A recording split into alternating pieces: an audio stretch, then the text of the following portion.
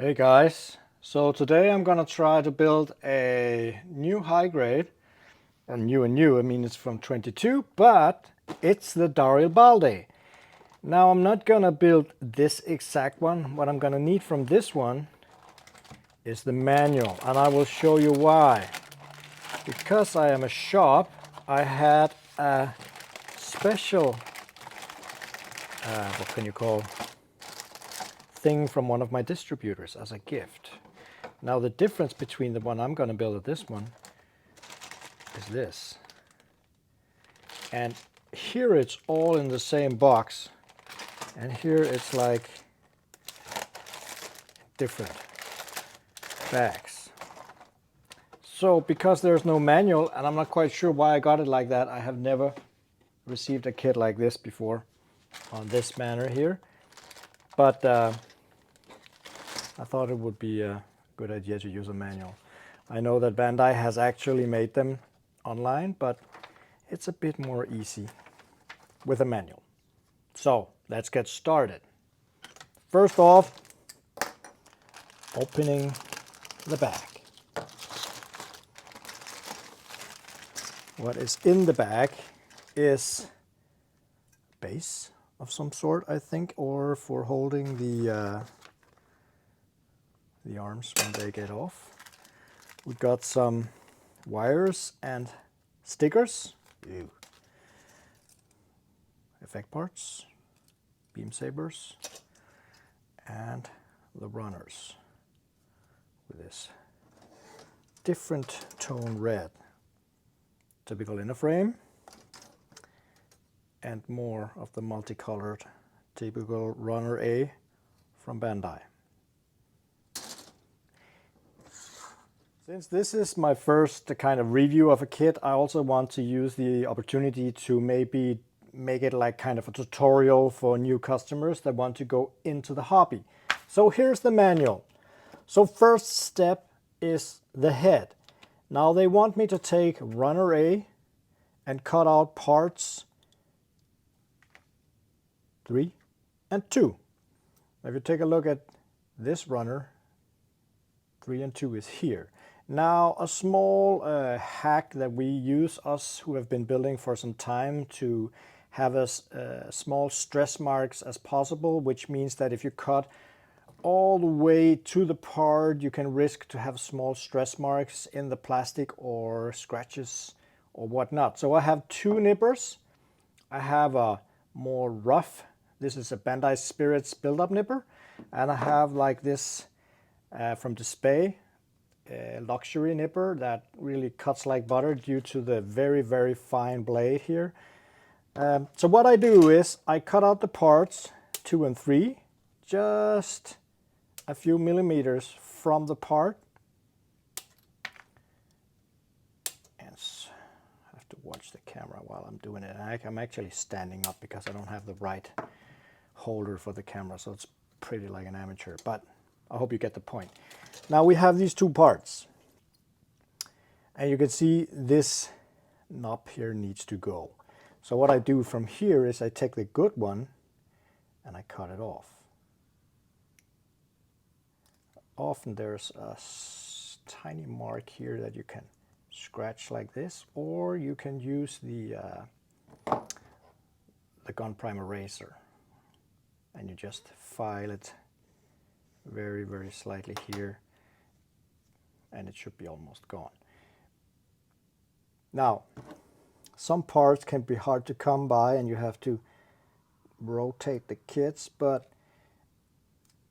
it goes rather easy.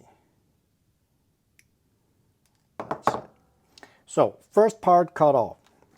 And remember, I am no build specialist. I make arrows myself. A lot of them are not really visible once the kit has been assembled, but this is a high grade, so I will do this fast.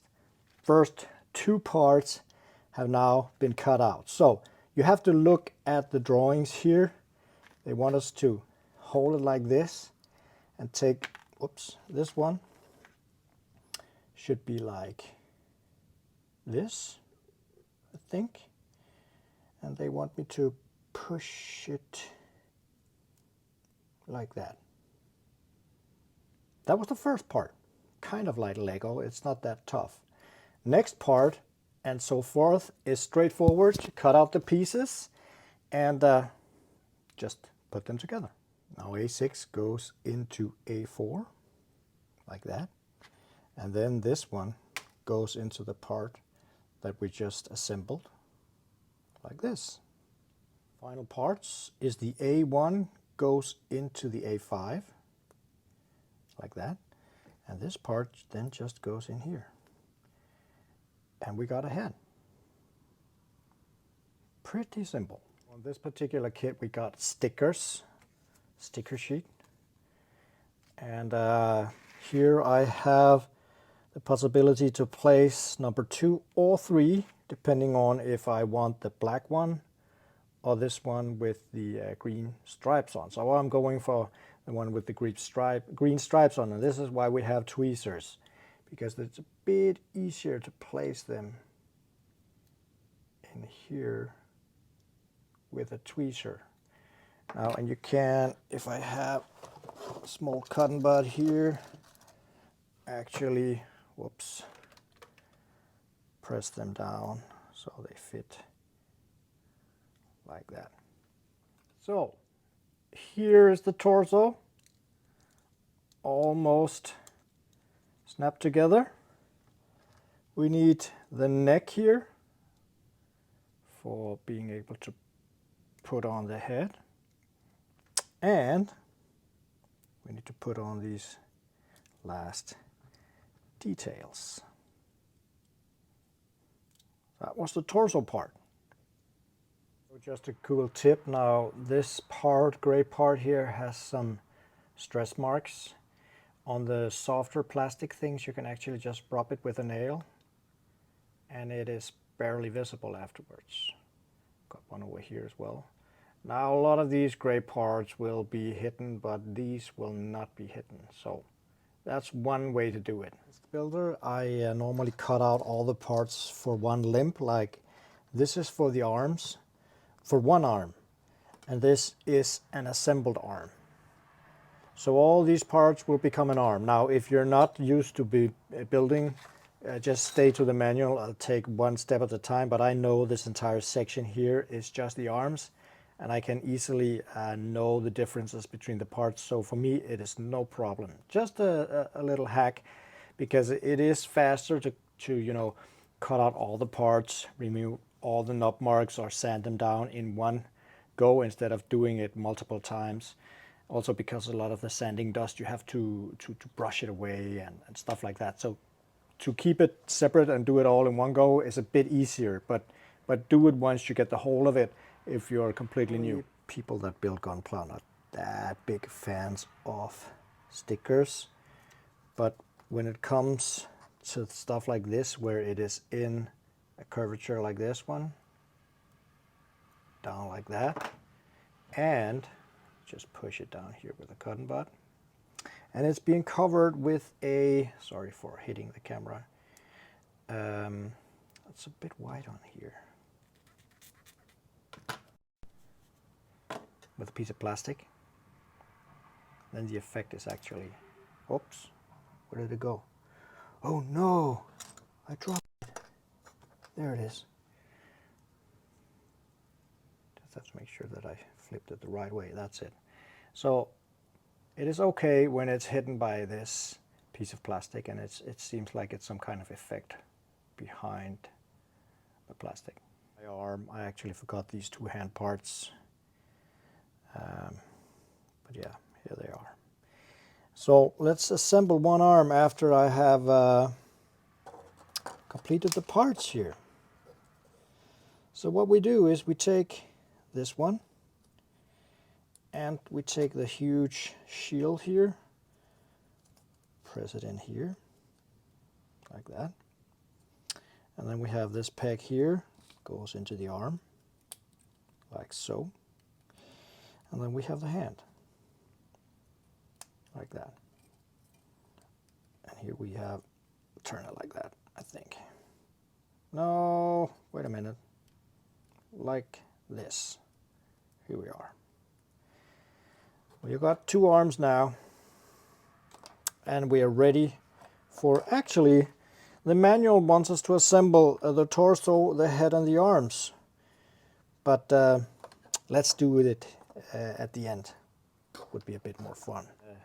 These knobs here is if they have very small connection points. Not sure it will show here, but they can actually just be wiggled off like this. And that can leave a little stress mark, but that's where you just use your nail and it's gone. So you really don't have to use nipper on So, finally finished with the kit. So let's try to assemble it. We start with the torso. And we can put on the head like that. We put in the arms.